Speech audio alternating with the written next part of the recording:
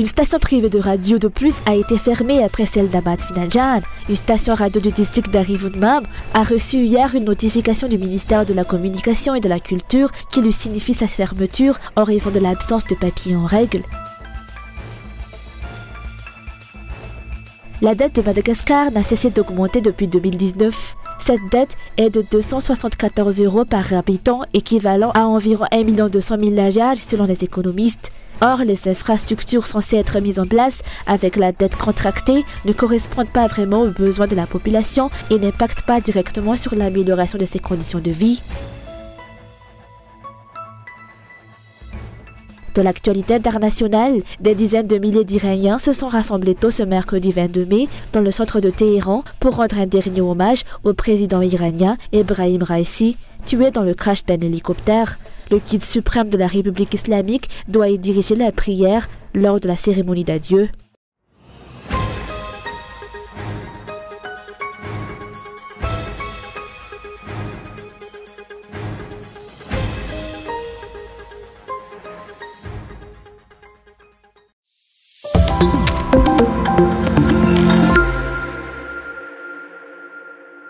Une station privée de radio de plus a été fermée après celle d'Abad Finaljan. Une station radio du district d'Arivunmam a en effet reçu hier une notification du ministère de la Communication et de la Culture qui lui signifie sa fermeture en raison de l'absence de papier en règle. Le propriétaire de la station s'est porté en faux contre ces accusations et a produit les preuves de son existence légale. D'après lui, la station a suivi toutes les étapes nécessaires pour son ouverture.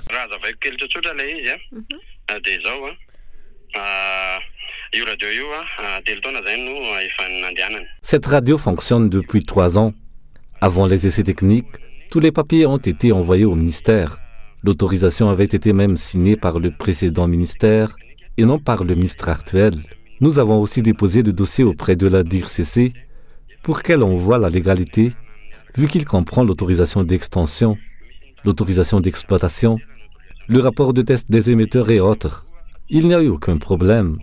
Plus tard, quand la députation a commencé, l'Artec a effectué un contrôle du matériel pour vérifier si tout était fonctionnel. Tout marchait et il n'y a eu aucun problème. Puis, brusquement, on a inventé un papier pour dire que la radio n'était pas en règle. Comment peut-on envoyer l'Artec pour contrôler le matériel d'une radio qui n'est soi-disant pas en règle?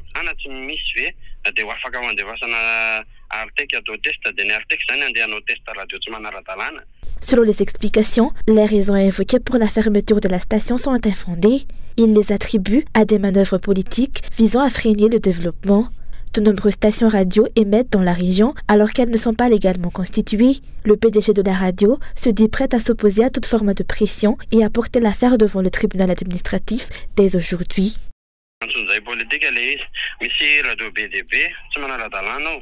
C'est une manœuvre politique. Il y a de nombreuses radios qui ne sont pas en règle. La radio du Mapar dans le district d'Arivunmam a été rebaptisée Radio Ni Andi Mami, car leur candidat député s'appelle Andi. Ils ont changé la fréquence de 89,4 que l'Artec leur avait attribuée en 89.0. Leur émetteur ne passe aucun contrôle. La radio Fienantsu Amiarnariv n'a aucun dossier auprès de l'Artec. Cette radio utilise la fréquence de la radio Vavomasu dans la région de Souav-Nandine. Ils ne sanctionnent pas. Ces radios sont utilisées par le candidat Mapar. Il est déplorable de les voir sanctionner ceux qui sont en règle au profit de ceux qui ne le sont pas.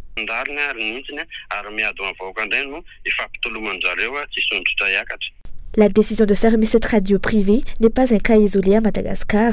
Tout porte à croire que les radios qui dérangent font l'objet de décisions de fermeture. À part les stations radio d'Abad Finaljan et d'Arivunmam, rappelons que Cool TV FM avait aussi été dans la même situation.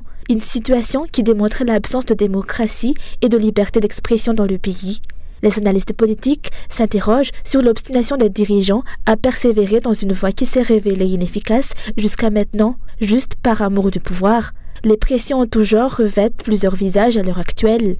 Le pays dispose pourtant de plusieurs structures pour traiter le problème, surtout en période électorale. Il en est ainsi de la CENI et de la HCC qui n'ont toutefois pas réagi jusqu'à maintenant.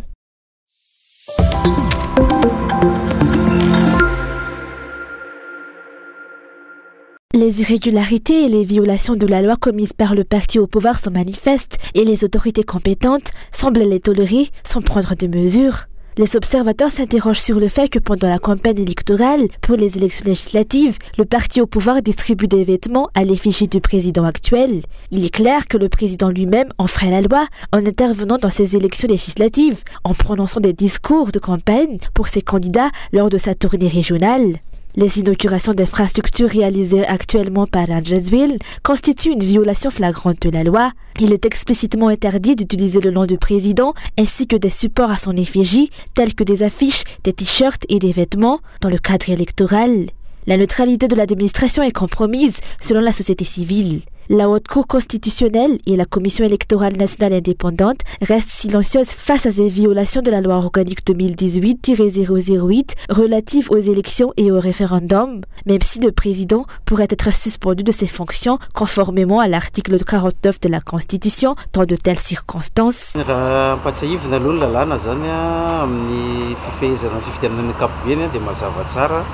Les lois électorales sont claires en ce qui concerne la neutralité de l'administration. Il est interdit d'utiliser les biens et les ressources publiques à des fins de propagande. Il est surtout proscrit d'organiser des inaugurations pendant cette période afin de garantir l'égalité des chances entre les candidats. Les violations de ces dispositions sont flagrantes et se sont multipliées récemment, même de la part de hauts responsables, qui profèrent des menaces voilées à l'encontre des fonctionnaires placés sous leur autorité. Nous tenons à en alerter les autorités compétentes qui ont promis d'être strictes et impartiales dans l'application de la loi. En réponse à cette promesse, nous leur signalons qu'il est temps d'agir et de remplir leur rôle en faisant respecter la loi et en imposant les sanctions nécessaires, car le laxisme actuel décrédibilise les élections à venir.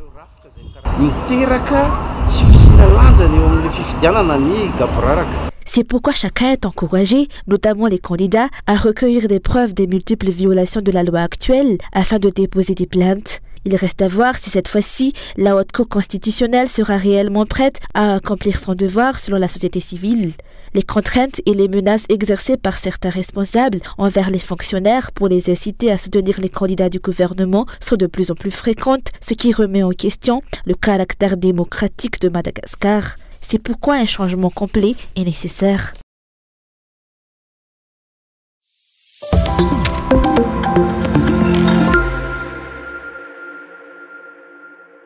La protection des intérêts de la population est la priorité, ont souligné les candidats du collectif An Malagasy à Avarajan. Ils ont réitéré leur engagement à apporter un changement concret qui améliorera le quotidien de chaque Malgache lors de leur campagne électorale. Adouan Narvel et Anjata Vlay ont déclaré aujourd'hui à Atanajan, commune de Katkelilaf, que ce changement doit être réalisé avec courage, solidarité et fiavanan. Aujourd'hui, nous devons avoir le courage d'initier le changement. Sinon, ceux au pouvoir continueront à agir à leur guise. Perpétuons ainsi des pratiques néfastes qui détruisent notre pays. En regardant les enfants présents ici, je me demande combien d'entre eux fréquentent l'école primaire publique. Apparemment, la majorité le fait. La scolarisation à l'EPP est censée être gratuite, mais nous constatons tous que ce n'est pas le cas actuellement. L'un des rôles des députés est de défendre l'utilisation appropriée des données publiques pour le bénéfice de tous. Ayons le courage de nous lever pour le changement, car sinon, nous continuerons à être exploités. Les candidats du collectif An Malagasy à Avarajan sont des individus actifs qui ne se contentent pas de discours. Depuis des années, ils ont soutenu activement la communauté locale. Aujourd'hui, ils ont offert des équipements d'éclairage pour les rues d'Atanajan et de ses environs, ainsi que des aides pour soutenir les amateurs de sport de la région. La majorité de la population d'Avarajan est déjà convaincue que les candidats du collectif An Malagasy, qui ont déjà lutté et sont prêts à poursuivre le combat entamé l'année dernière, apporteront le changement dans la localité et le reste du pays. Nous avons besoin de changements dans notre pays. Les nombreuses infractions commises par certains individus, ainsi que les menaces et les pressions exercées, sont inacceptables. Nous encourageons vivement ceux qui sont conscients de la situation à voter pour le candidat numéro 2. Ce candidat possède la vision et la stratégie nécessaires pour améliorer la vie des défavorisés, comme nous. Beaucoup d'entre nous ont des aspirations et des besoins qui ne peuvent être comblés en raison des pressions exercées par les riches et de l'ignorance. Osons procéder au changement. C'est pourquoi je vous invite tous à participer activement aux élections du 29 mai prochain.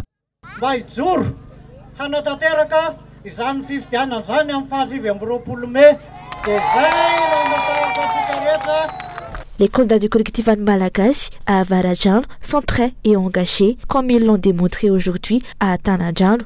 Ils ont besoin que les habitants votent pour le candidat numéro 2. Il est crucial que chacun protège également son vote pour que le changement puisse s'opérer.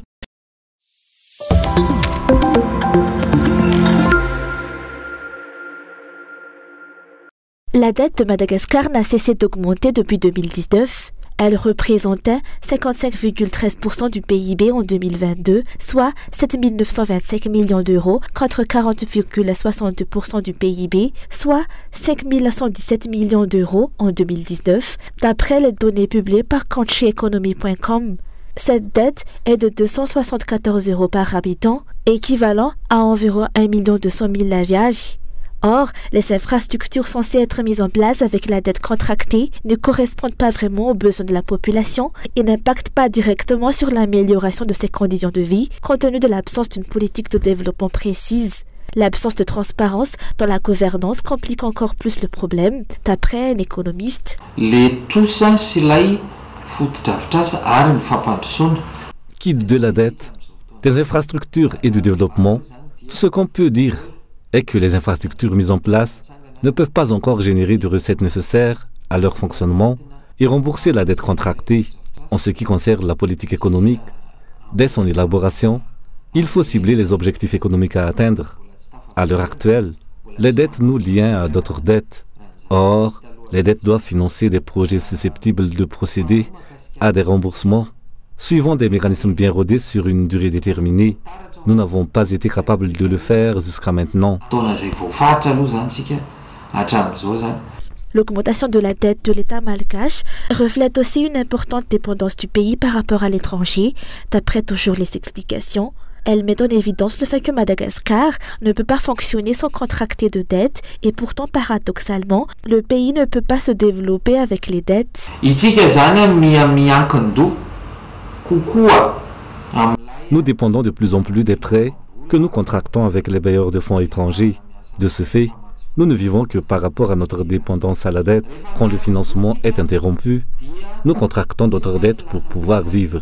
C'est une économie de dons qui nous alourdit. Elle impacte la politique économique et peut mettre en péril la souveraineté nationale au plan économique. De nombreuses infrastructures pour lesquelles des financements étrangers ont été contractés n'ont toujours pas vu le jour. Il en est ainsi par exemple de la construction de l'autoroute avec un financement de 924 millions de dollars prévu mais qui tarde à se concrétiser. Il y a le projet Flyover reliant Nuzad à Abask financé à hauteur de 25 millions de dollars par un prêt contracté auprès de la BADEA, la Banque arabe pour le développement économique de l'Afrique, le projet Talamasanju et bien d'autres. La dette contractée par Madagascar pour ces infrastructures sera supportée par toute la population et constituera un fardeau pour la génération à venir. «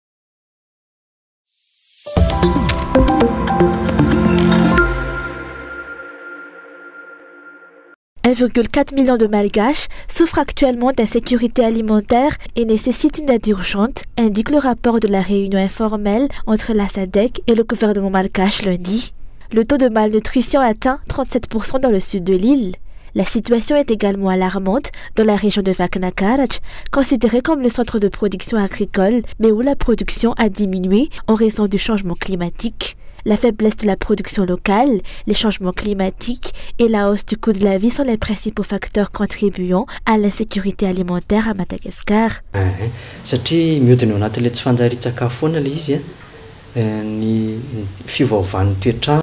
Le changement climatique contribue à la diminution des productions agricoles. Même si les engrais et les semences sont disponibles, le retard des pluies pose souvent problème. Nous devons donc trouver des semences capables de résister à des conditions de faibles précipitations et qui peuvent également se développer en hiver. Notre calendrier culturel doit s'adapter au changement climatique. Les cultures en terrasse, avec des cycles de végétation plus courts, pourraient s'adapter à diverses conditions tout en produisant de bons rendements. Ces aspects font partie de nos recherches. Il y a aussi la question de la transformation des produits. Si les récoltes arrivent à maturité en même temps, cela pourrait entraîner du gaspillage. si nous ne parvenons pas à tout écouler sur le marché local.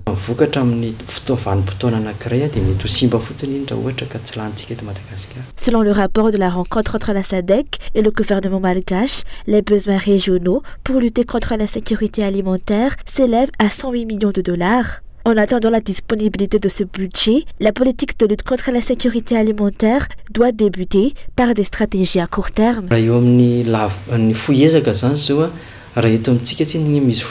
Comme mesure à court terme, il faut définir une stratégie pour la distribution des produits locaux, des mesures d'appui telles que la réparation des routes pour acheminer les produits depuis les zones de production sont également essentielles. Les régions d'Atsimo-Asnanan et du Sud sont particulièrement touchées par l'insécurité alimentaire et il est crucial d'améliorer l'accès routier dans ces localités. Les stratégies à moyen terme devraient se concentrer sur l'augmentation de la production locale. Une fois que les produits seront disponibles, il faudra envisager leur transformation, accompagnée par l'ouverture d'usines de transformation dans chaque région. À long terme, il est nécessaire de répondre aux impacts des cyclones et catastrophes naturelles qui ont laissé des dégâts importants sur la production agricole à Madagascar au cours des 35 dernières années. Il faut remédier à ces dégâts et augmenter les surfaces de production.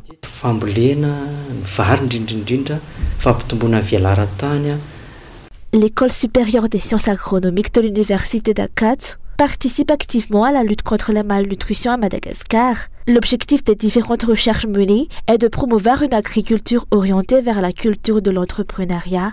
Rappelons que les Malgaches ne consomment en moyenne que 5 kg de viande et une quantité similaire de produits laitiers par personne et par an, tandis que la consommation de riz atteint 115 kg par personne et par an.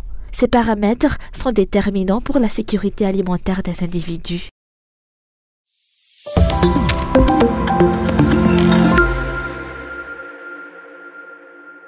Quel que soit l'âge, chacun peut être affecté par l'hypertension artérielle, une maladie qui peut être mortelle. Selon les médecins, de nombreux facteurs provoquent l'hypertension artérielle, comme une alimentation déséquilibrée, le manque d'activité physique et la consommation de médicaments.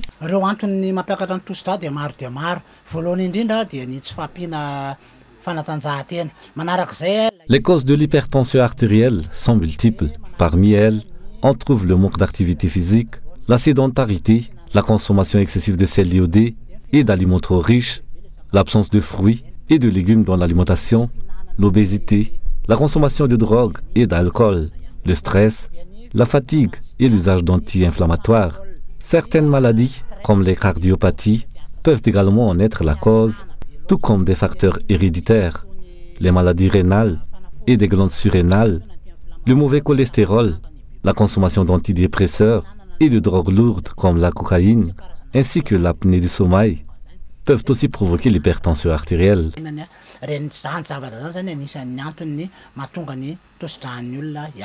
L'hypertension artérielle peut se manifester de différentes manières et peut entraîner un handicap soudain selon la condition physique de chaque individu et les événements déclencheurs. Dans ce centre de santé de la capitale, plus de 7 personnes viennent chaque jour pour des examens et des traitements liés à leur hypertension.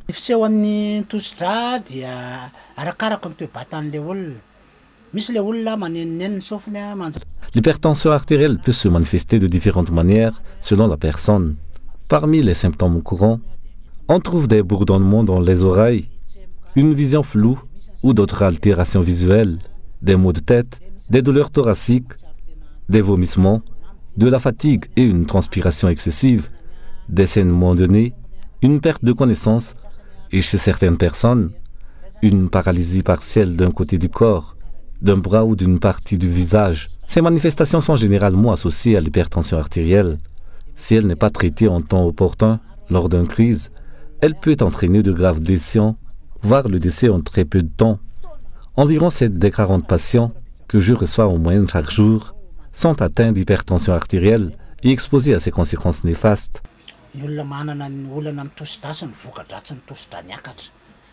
L'hypertension artérielle est étroitement liée au mode de vie de chaque personne. Selon les médecins, elle est l'un des problèmes les plus courants chez ceux qui ne parviennent pas à gérer correctement leur quotidien. En cas d'hypertension artérielle, il est essentiel de consulter un médecin plutôt que de recourir à l'automédication ou de négliger le problème.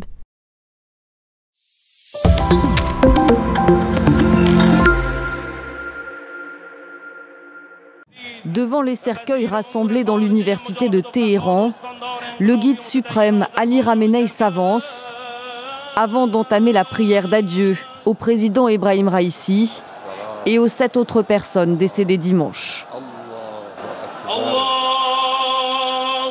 Aux côtés du guide suprême, des membres du clergé chiite et du gouvernement, mais aussi des dirigeants venus de l'étranger, comme le chef politique du mouvement islamique palestinien Hamas et le numéro 2 du Hezbollah libanais. La prière terminée, les cercueils sont conduits vers la place Engelab, dans le centre-ville, au milieu d'une foule immense. Mercredi a été déclaré jour férié et les habitants de Téhéran ont reçu des messages sur leur téléphone leur demandant de se rendre aux funérailles. Un hommage national au président qui ne fait toutefois pas l'unanimité dans le pays, même s'il est difficile d'entendre des voix discordantes. Il y a une bonne partie de la société, mais je dirais la majorité, qui n'aimait pas Raïssi parce que Raïssi était considéré comme le bourreau de Téhéran, responsable de l'assassinat, de l'exécution de plusieurs milliers de prisonniers politiques déjà en 1988 lorsqu'il était procureur de Téhéran. Depuis, il a toujours représenté l'aile très dure du régime et son rôle aussi dans la répression féroce des manifestations de 2022 avec 600 tués n'est pas à ignorer. Un dirigeant érigé en martyr par les ultra-conservateurs du pays qui prépare désormais son remplacement à la présidence de l'Iran.